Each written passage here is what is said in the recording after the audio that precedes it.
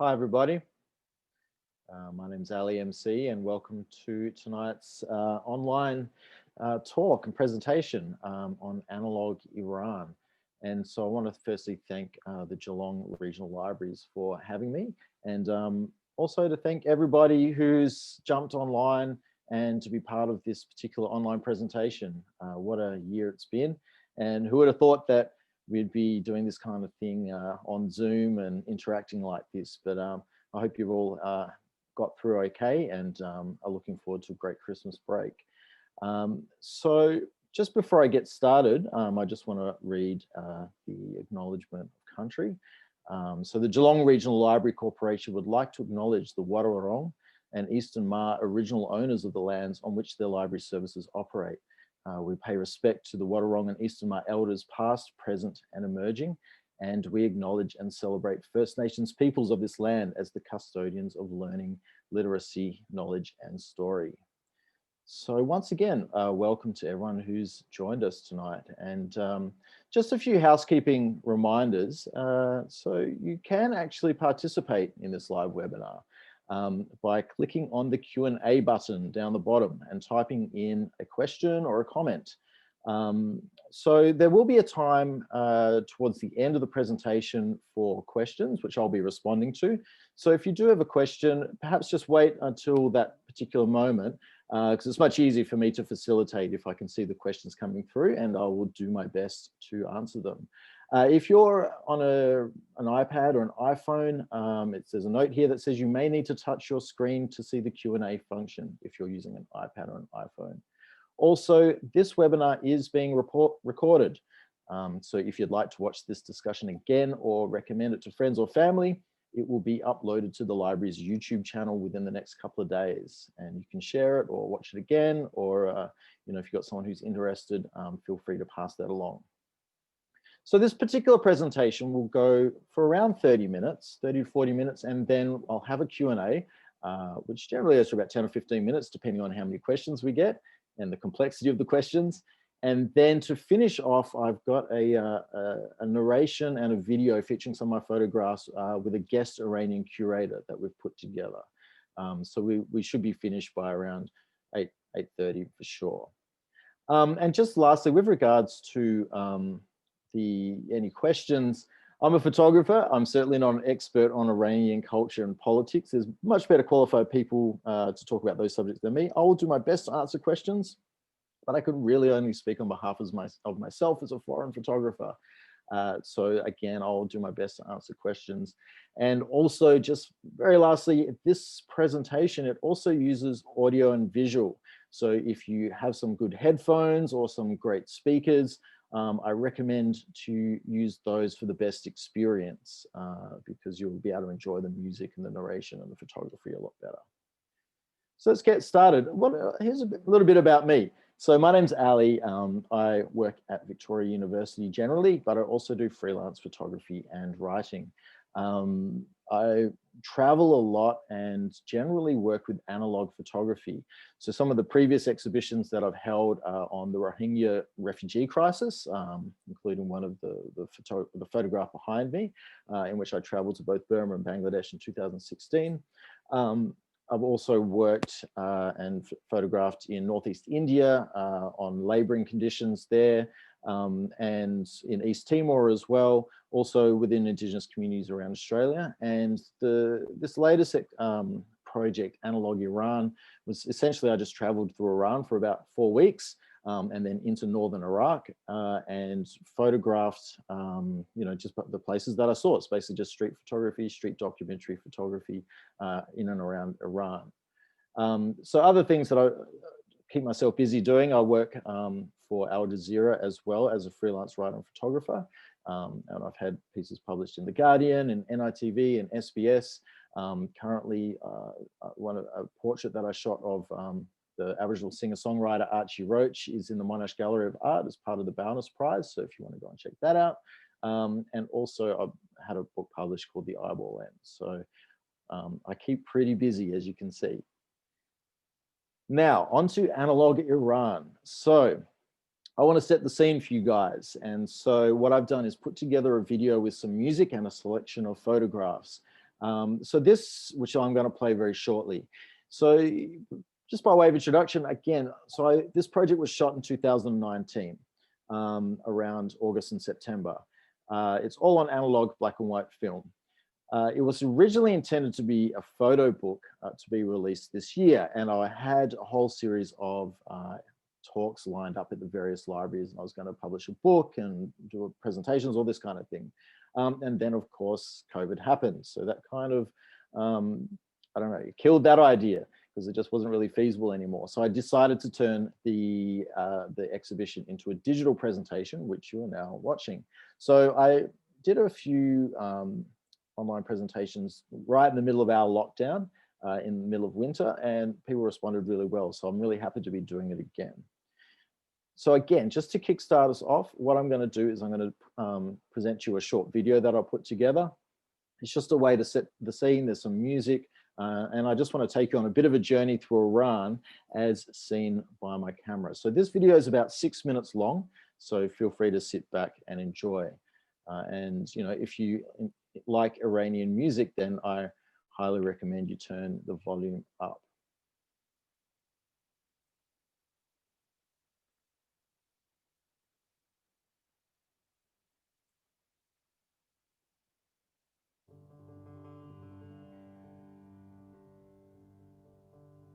Welcome to Iran. Early morning, downtown Tehran. I wiped the sleep from my eyes and yawned.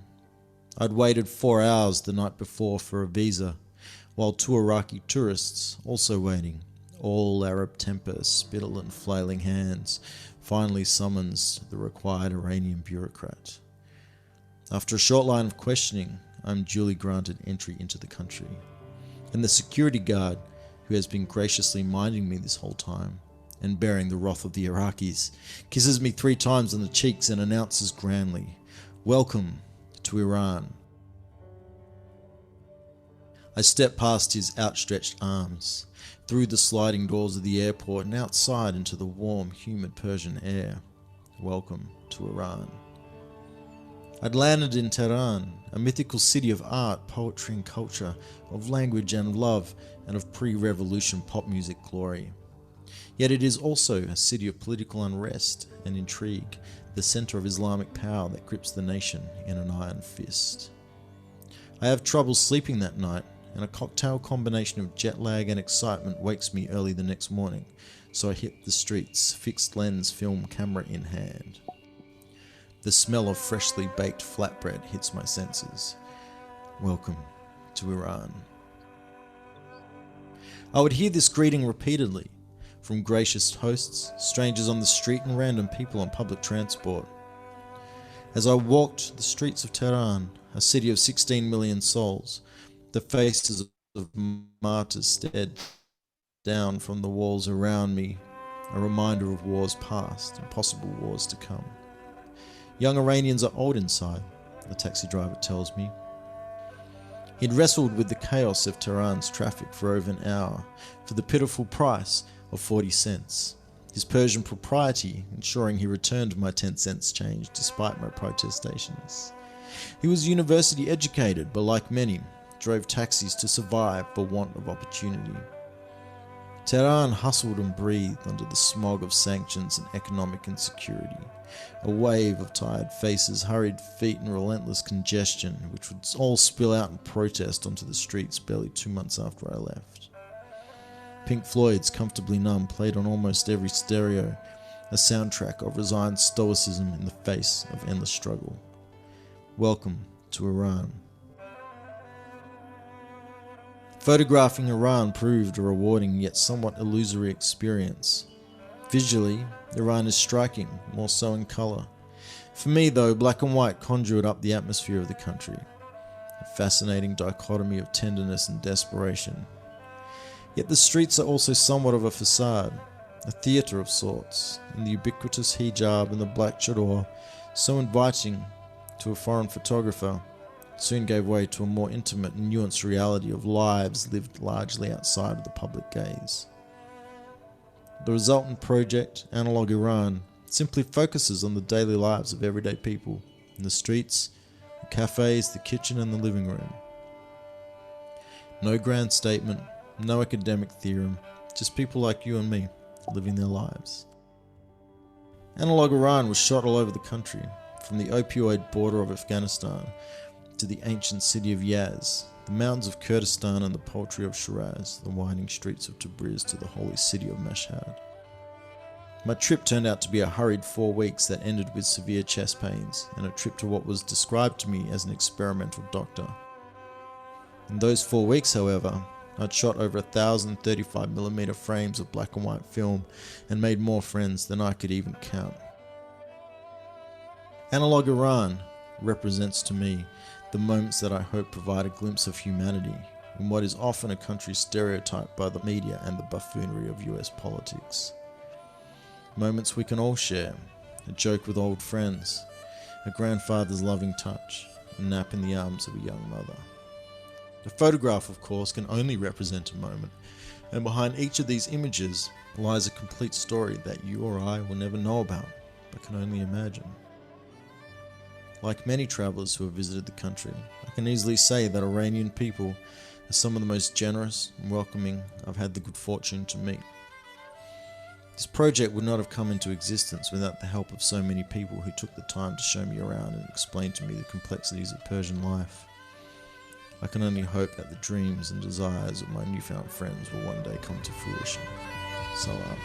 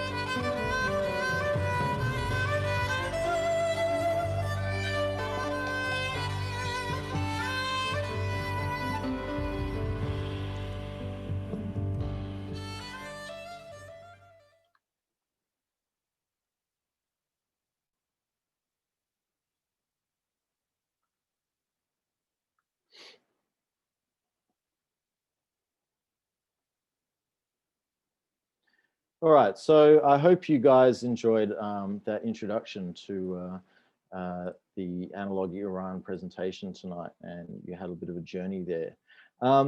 So just, I guess, a bit of an overview of the trip that I did, and I'll answer a few common questions that I often get about these types of projects, and hopefully this piques some of your interests and answer some of the questions or thoughts that you may have had while having a look at the video. So the first question that I normally get is, why Iran? Why did I decide to go to Iran, and why for a 4-week period? Well, the answer to that is, firstly, that I really do enjoy going to some kind of off-the-track places. Iran really quite fascinated me, and I'd been to the Middle East in 2006. I actually managed to travel through Syria and Lebanon as well, but Syria in 2006 was a remarkably different place than what it is now. And so I really just wanted to go back to that region and see some places that I hadn't been to before. I knew that Iran would be kind of a magical place, and I also often like to go to places that are stereotyped in the media and see what's really going on. And so I've previously been to places such as Haiti and Rwanda, Ethiopia, Burma, and Bangladesh, which I've written and photographed previously, and Iran just really intrigued me. Now, the second question I get is, like, where exactly did I go? So to put it into a bit of context, what I'm going to do is just share a map of Iran and just talk through quickly some of the places that I managed to get to. So we've got our map here, and I'll just use the mouse here to show exactly where I went. So obviously the capital up here in the north near the Caspian Sea is Tehran. Fantastic city, 16 million people. It's huge, it's big, it's bustling, it's busy, it's very cultural. There's mountains just to the north of it that you can go skiing on if you want to during the winter time. From there, I actually caught a train out to this city called Mashhad near Turkmenistan. Now, I hadn't really planned on going to Mashhad, but I decided to go because I met some analog photographers through Instagram, and they invited me to come. And this was the first of, I guess, a number of invitations from Iranian people to go and stay with them and to, have them show me around and so on, which is quite famous of Iranian hospitality. And so I ended up staying in Mashhad. I caught the train out there, and it's a very holy city. There's mosque, there's huge mosque there. I think it's one of the biggest in the world. It's massive, really quite a fantastic place to be. From Mashhad, I then took a flight down to this ancient city of Yazd, which is on the Silk Trail. Now, Yazd is, I think it's about 5,000 years old, is my understanding, and it's, it's one of the oldest continuously lived in cities, along with Aleppo and Damascus in Syria. And Yazd has these amazing winding alleyways, and it has a very old school, old ancient feel to it. Fantastic place to photograph, particularly at dusk. There's a lot of people around, really brilliant place to be in. And then from Yazd, I took a bus down to Shiraz, which is a very poetic city. And I managed to, again, meet up with some local people who took me to a pretty obscure neighborhood up in the hills of Shiraz, and was able to do some photography around there, which was a neighborhood that I would never have been to had I not met some local people. This is one of the advantages of meeting up with local people who are generous enough to take you around and show you where to go. From Shiraz, I took a flight to Zahedan, which is on the Pakistan and Afghan border. Now, this is a very interesting small city in that it is not a tourist destination. In fact, it's more of a place where opium is smuggled from Afghanistan through Iran and then onwards through Turkey and into Europe. Needless to say, that kind of fascinated me a bit. It's also a very interesting religious area and cultural area because it's more aligned with Afghanistan and Pakistan than what it really is to the rest of Iran, even in being a Sunni Muslim area, as opposed to the majority of Iran, which is a Shiite Muslim area. So that was a pretty interesting 48 hours in Zahedan, where the hotel owner thought I was a spy. I had some Shiite Muslim elders, some mullahs try and take me to Pakistan. The guide that I had was high on drugs a lot. And I managed to get out to some really kind of very gritty neighborhoods and do some photography there. So I survived the 48 hours there and then flew back to Tehran and then up to the north here to Tabriz. Very interesting city. It's got a UNESCO World Heritage Bazaar, which is huge. It's like a labyrinth and shops and so on. And then from Tabriz, I came down to Sanandaj, and then it's not on the map here, but to a small town called Marivan, which is essentially it's Iranian Kurdistan. Kurdistan, it goes across from Iran through northern Iraq and into northern Syria. And then from this area, exited overland into Suleimania, into northern Iraq, and then Erbil. And then you can see Erbil, it's pretty close to Mosul, starting to get a bit sketchy. So I decided to go back to Dubai from there.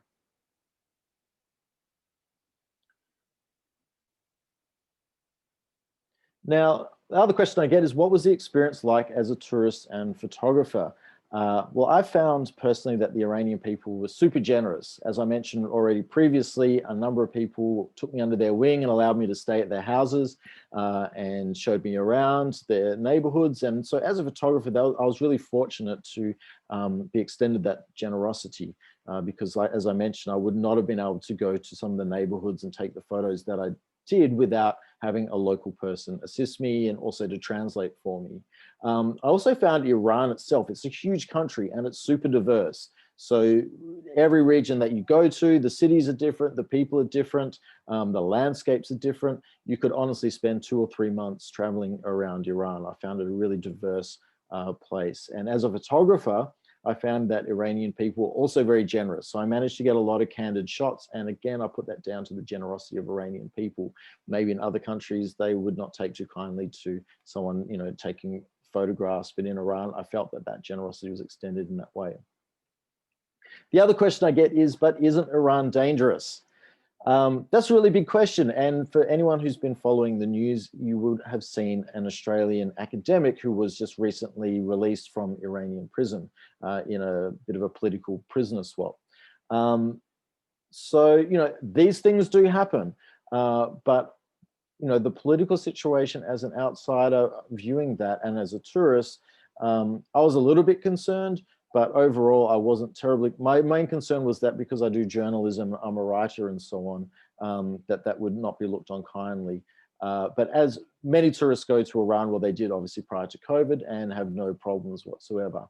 However, it is a difficult political situation. There's economic sanctions, massive economic sanctions. When I was there, Trump was on the verge of declaring war. That Australian academic was sentenced to 10 years jail while I was there. So these types of things were playing on my mind. And there were also huge, large-scale protests a few weeks after I left, and an airplane was shot down. So it is, you know, it's a pretty dynamic and volatile area to be in, of course. I mean, it's the Middle East, so there's a lot of things going on there.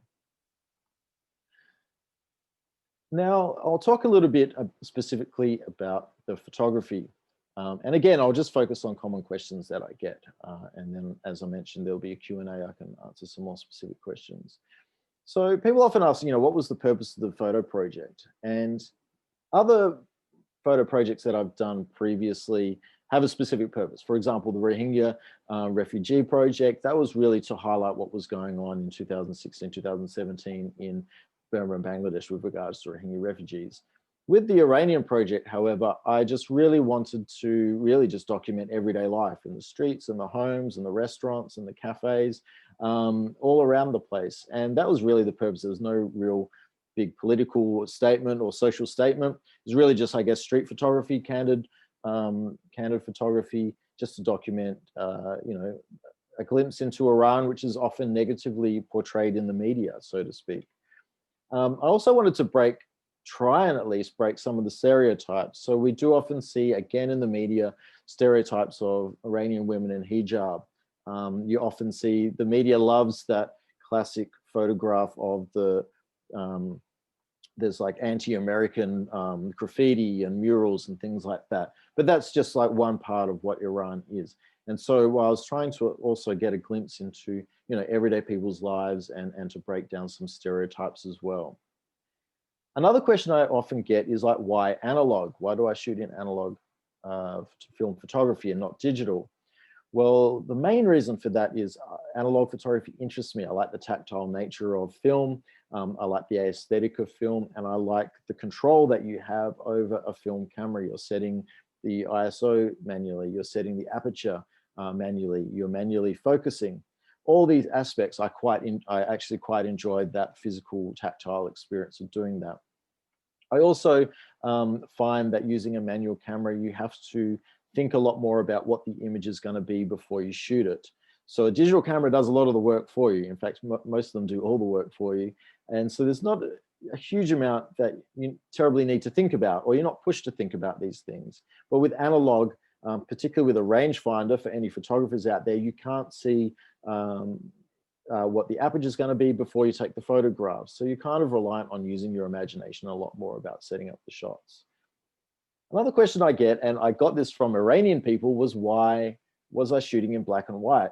Iranian people would be a little bit horrified. They'd say, but our country is so beautiful, it's colorful, there's all these fantastic tiles and colors on the mosques and all this kind of thing. Why are you shooting in black and white?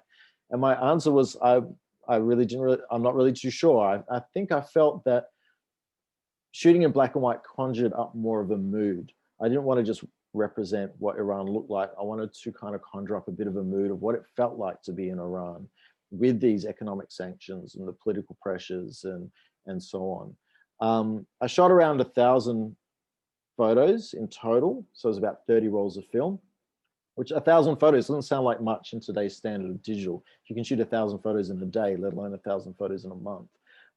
But 1,000 photos is quite a lot for film, particularly these days, because it's getting quite expensive to process and to purchase. Another question I get is, were people okay with me taking photos? You'll see, at least in that short video, there's a lot of photo of people. That's my interest. I like shooting shooting photos of people.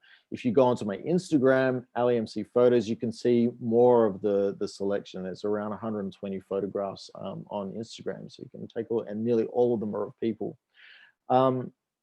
As I mentioned, I did have people showing me around, local people who were able to translate and introduce me to neighborhoods and, you know, talk, you know, be a bit of a mediator. So that helped to smooth the waters in terms of taking people's photos in those situations. I also don't really have too much shame in just standing on a street and taking photos of people. And you know, you just kind of hope that if you smile and look like a pleasant person, they won't really mind too much. And as I've also mentioned, Iranian people are really generous. So I believe that my capacity to take photos, those types of candid street shots, really relied on Iranian people extending their generosity to basically a foreigner with a camera. And lastly, I also found that people were really quite interested in the actual camera itself. There's a lot of photographers in Iran and a lot of analog photographers. And so people would be quite interested in, like, oh, you know, what's your camera? What lens are you using? Those types of, you know, photography questions that, you know, people would be interested in around the world anywhere. So what I'm going to do now is I'm going to show and talk through some quite specific photos, some of the ones that are my favorites from the series. Anyone I showed the photos, the whole series of photos to, everyone has a different favorite photo, but these are some of the ones that I liked. And so I'm just going to show you guys some and talk through the photos.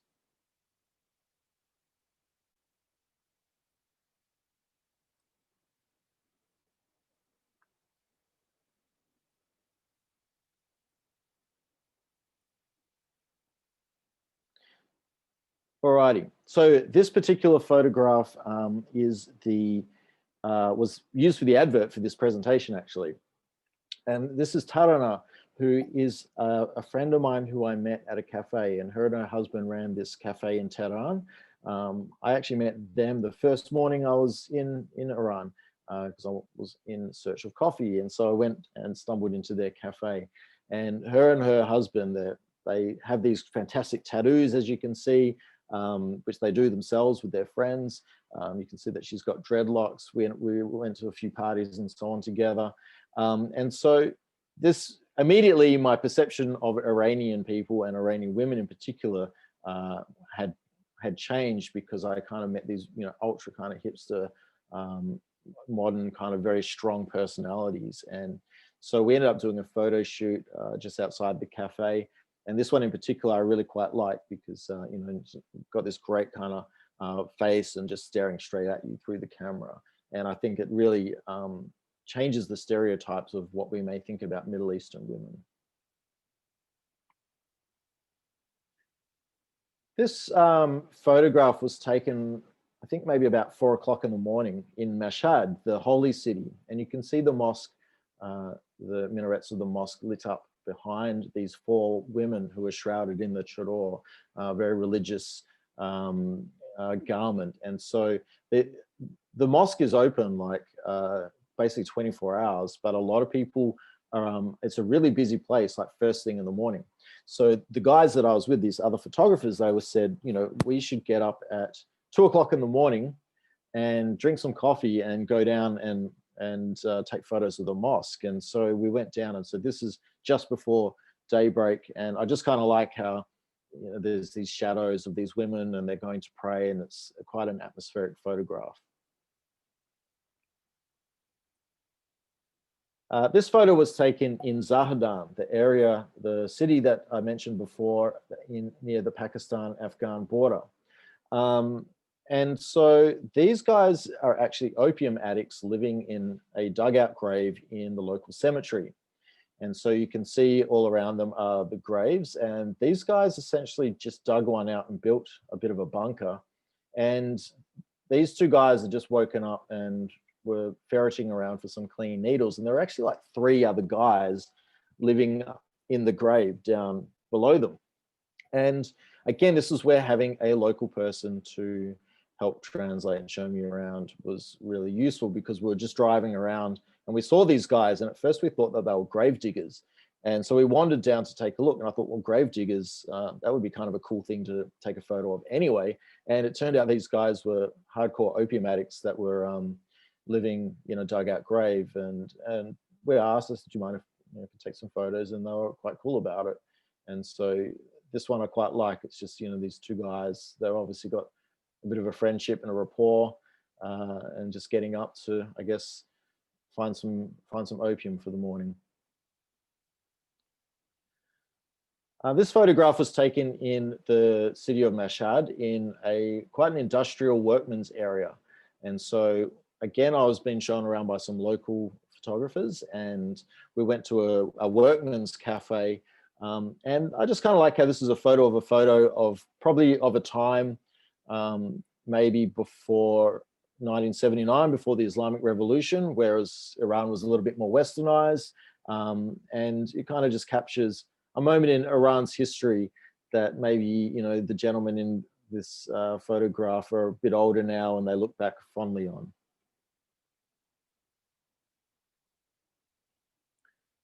This photograph was taken in Tehran. It's obviously hopscotch with the Farsi numbers.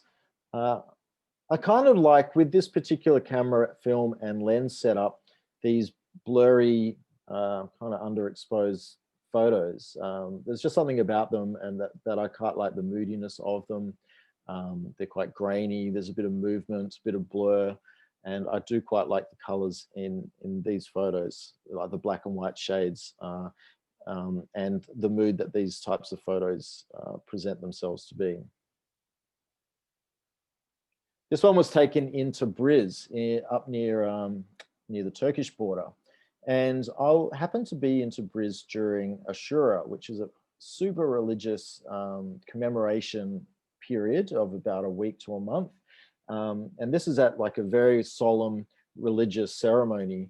And I just quite like, for this one, I guess the dichotomy between this very religious setting and then the young lady who's on her phone, I don't know, maybe checking Instagram or messages or trying to get in touch with some of her mates or a boyfriend or something. I just quite like how this just kind of reflects, I guess, where Iran's heading, in that there's ultra modernity, but also these very astute religious ideas as well. This was in a back alley in Yazd, the ancient city that was on the Silk Road.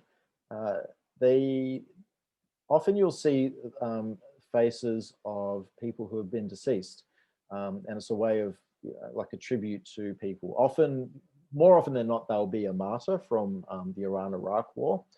This one, I've been informed by an Iranian friend, is not a martyr, but possibly just a young man who happened to pass away. So they'll put the faces in as part of the street structure, or on a sign, or on a billboard, or a mural, or something like this.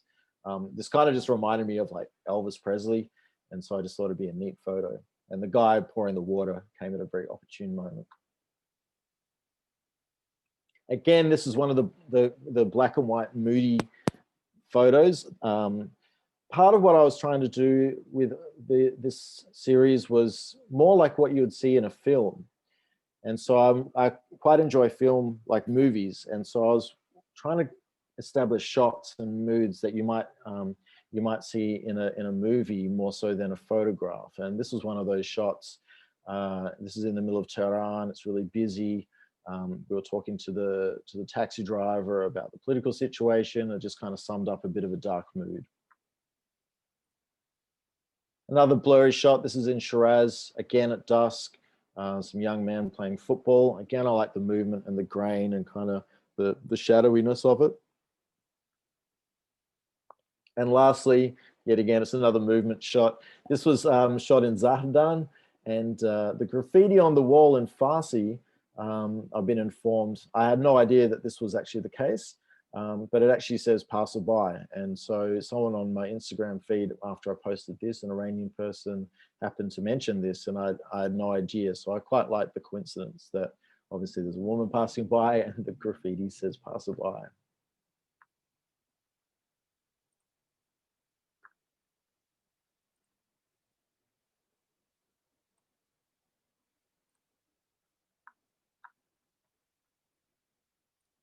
All right, I hope you've really enjoyed those photographs and a bit of a chat about them. It's 8:05, so let's get stuck into some questions. So if you want to use the Q&A function down the bottom there to type in your question, I think the chat on Zoom for this one is disabled. So if you want to use the Q&A, feel free to launch into some questions and I will do my best to answer them. So here we go. So we've got Liam has asked, these are incredible photos. What challenges, if any, did you face with shooting analog abroad? Thanks for the question, Liam. So one of the main challenges of shooting analog and traveling is, if for photographers out there, is having to get your films through all the X-ray machines. And so for those who aren't aware, but X-ray machines actually can damage the films. And so you've got to be really, really careful about how many times you put through an X-ray machine, particularly if you're using medium format film or larger types of film. So that was one challenge, and trying to very kindly ask security guys all around the world in all different languages, can you please not put my films through an X-ray machine, is quite a challenge. And often they do go through, so you've just got to, you just got to roll with that. So that was one challenge. And I think also just being aware that if your bag gets stolen with all of your rolls of film, then that's the end of the project. So that's kind of, I mean, there's absolutely nothing you can do about that. So there's a bit of, you just got to be a bit zen about it. But at the end of the day, if your bag goes missing, then your project's over essentially. So you've got to be a bit mindful of that. Now, we've got Kaz has asked, what was the general level of awareness of Australia and the feelings towards this part of the world? Obviously people they know about Australia. I think people are pretty aware of Australia's relationship with the United States, but I never felt any particular animosity towards myself as an Australian, or any animosity towards Australia generally. The interesting thing about Iran, and how can I say this? You're probably more likely to find a lot of us, let's say, for example, Australia's refugee policy, which I'm not going to get too political about it, but it's pretty abhorrent. Putting people on Manus Island in cages for 6-7 years is not a great way to treat people seeking asylum. However, in Australia, you would probably find more Australians who agree with that policy of the government than what you do Iranians who agree with the Iranian government's policies, if that makes sense. So most people in Iran that I met, at least, weren't great fans of the government and had a very different perspective on their outlook on the United States and on Australia. They just wanted the sanctions to end and to be able to live with the same liberties and kind of peace and prosperity as that we're fortunate enough to do so in the Western world. I hope that answers the question, Kaz. Liam has asked again, how do you narrow down what gear to bring in terms of lenses and equipment? Do you find it better for your creativity to limit what sort of things that you bring? The answer to the question is yes, I do find it better for creativity to limit what sort of things you bring. And for Iran, I've got the camera here. This is all I took, just one camera, a fixed 50mm lens, and that was it. That was the only camera that I took, and this is the only camera that I shot all of those photos on. And I just found it was just much easier. You're not mucking around thinking about different lens sizes. There's no zoom. If you want to take a photo of someone, you've got to walk up to them. And so I just find that as you're suggesting in your in the question, that the limits do actually kind of increase your creativity, because you've got to think a bit more about what you're doing. Sharon has asked, wonderful, thank you. And have you further plans for using your 1,000 photos? Not as yet. We're still considering maybe making a book, but the time has kind of passed now. And so maybe they'll just live on the internet, or I'll do an exhibition at some point. I'm really not too sure. If someone out there wants to sponsor a book, that'd be awesome. So we'll see. Liam has also asked again, how did you find locals to talk to? Did you just meet them out and about? Did you learn some of the local language to make the trip easier? No, I didn't learn the local language, which was a bit lazy, I understand.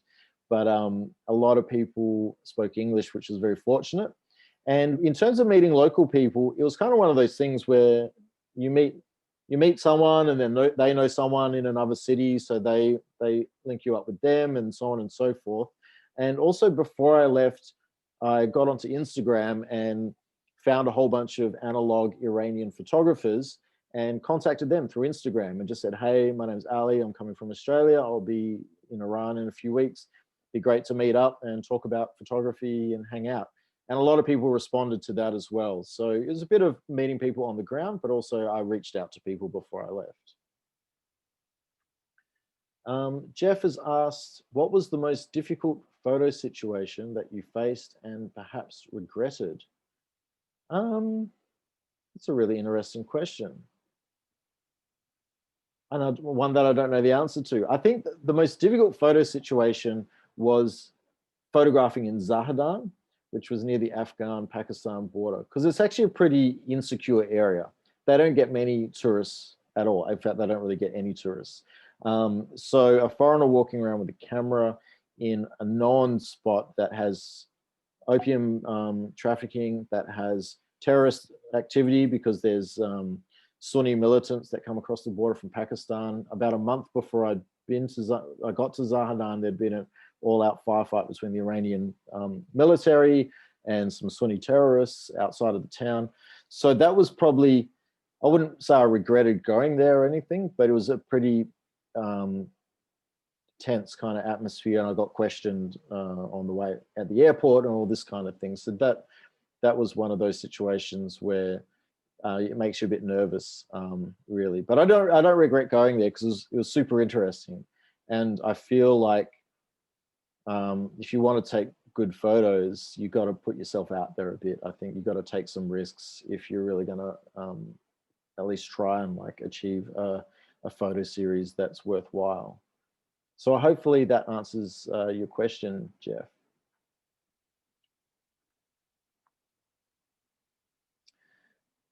There's no other questions coming through.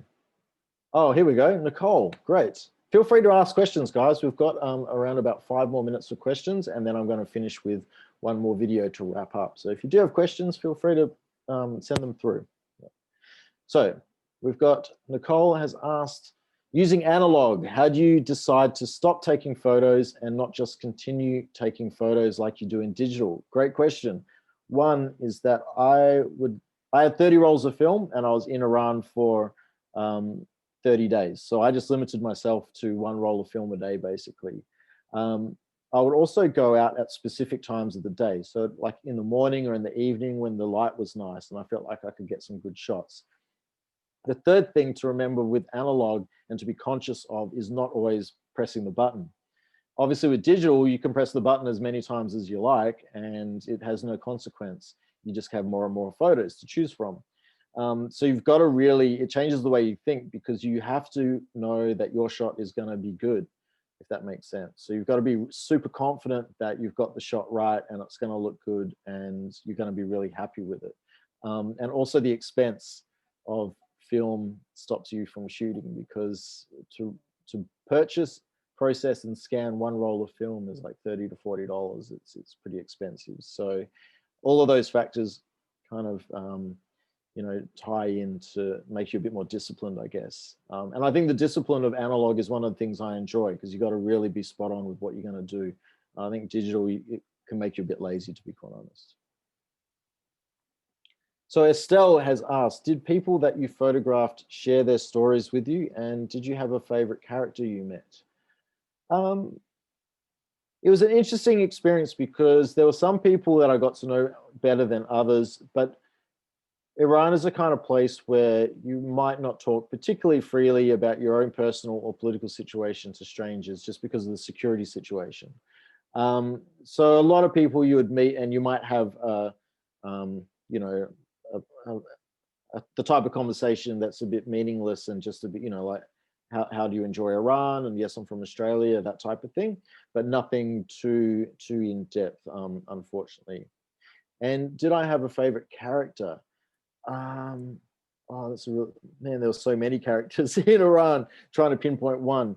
There was this photograph, which I didn't show earlier, of this like really strange looking uh, bald guy who had a bicycle, and he was in Tehran, and he was showing me, I didn't show the photo, but I should have, but yeah, he had this whole story about this bicycle that he bought in 1972 or something, and he'd kept it repaired and in this great shape. And I don't know, he told me all about his bicycle. He was a pretty cool guy.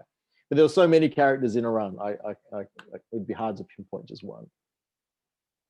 Liam's asked, did I bring all of my film or take a gamble and try and source it locally? No, I took all my film. I always do that.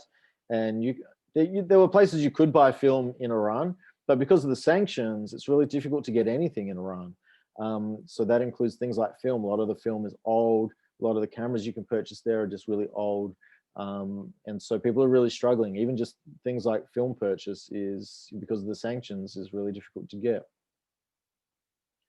Which Middle East, Jeff has asked, which Middle Eastern country would you like to travel to next and why?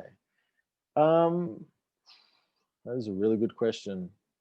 I'd like to go back to Lebanon, actually. That was pretty interesting when I was there, and it's a really beautiful country, pretty full on at the moment.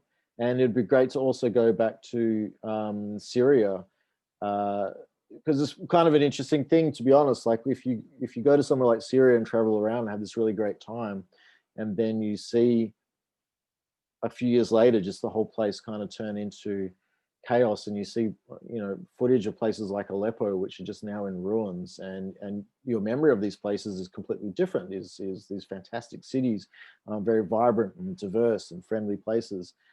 So I mean, it sounds a bit strange, but I would actually like to go back to Syria to see what's happened there, and you know, and to hopefully render some kind of assistance somehow to those guys.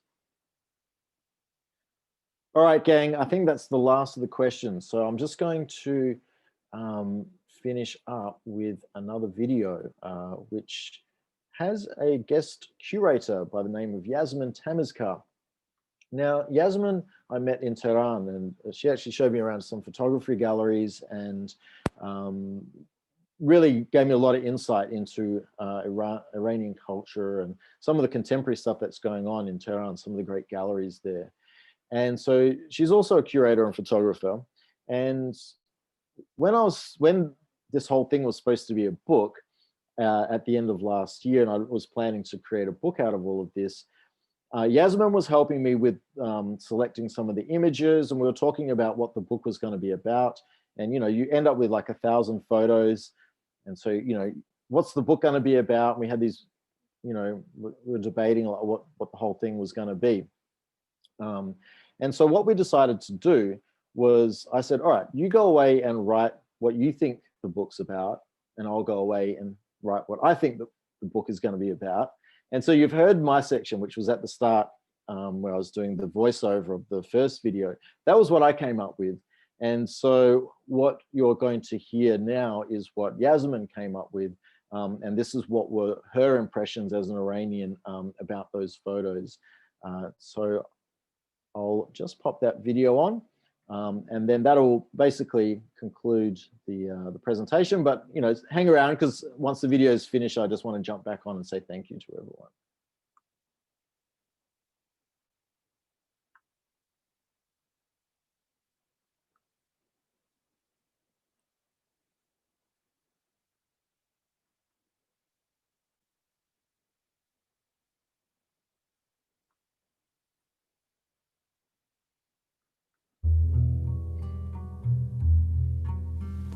Through each departure, the traveler will feel a deep connection to their origin and destination.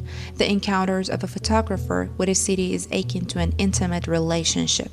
Both sides are in deep desire to overawe one another at the beginning. It is love at first sight, with the beauty of their exotic being that drifts you into their hidden secrets. Ali MC remembers that the wounds the city revealed in front of his eyes doesn't make it less of an attraction, but the opposite. The city opened up, and that is something worth remembering, if only for a fleeting moment captured on camera. When in constant communication with travelers, you realize the one who decides to go off the beaten track and leave the exotic cities for the tourists is somewhat out of the ordinary, for they are in search of something that lies within the deeper layers of a culture. There is always something tempting about visiting the Pink Mosque in Shiraz for its spiritual light in the morning, the glory of the remains of a 3,000-year-old empire, or the silver sky of a desert in Iran. But the constant attention to these cities leads them to a whole new reality through the storytelling of their admirers that makes it hard for the traveler to believe. The lives of people continue from inside to outside. It is just another part of the change that a city offers to the eyes of the stranger. A contradictory thread that connects in to out flows the city between a balance of these two facing sides, a transitional existence. The tendency of discovering this journey from the inside to the outside below the surface is what kept Ali MC wandering between these cities. It might be a little hard to the eyes of the viewer to comprehend such a harmonious dichotomy between these two sides, for the reality is the intersection of both. An image can offer a piece of the story, but not the whole. On the other hand, this land carries a deep secret in its memory of the wounds it has survived through the years of resistance throughout its past that left a mark on its sorrowful face. Yet Iran is even more than this, for there is no such thing as a single truth. There lies a precious memory deep in the heart of the tormented history of these cities, and the traveler can only discover a small trail of such reality while the reality dissolves itself into history and the stories it hears. All of these cities continue to go through a collective socio-political crisis even after they have been captured by the camera for this project. The reality of the cities are constantly changing, just like a magical staircase changing directions to mislead travelers. Whatever the reason, it becomes a true challenge to discover the truth of these cities that hides themselves below the surface.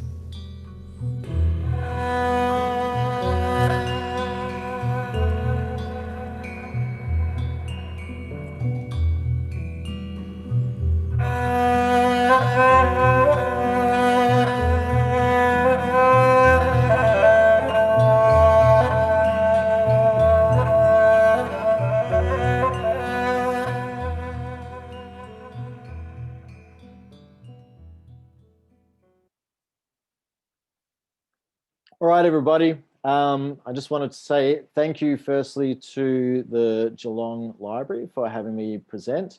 I want to thank you guys for being part of this. I really appreciate your time and your interest.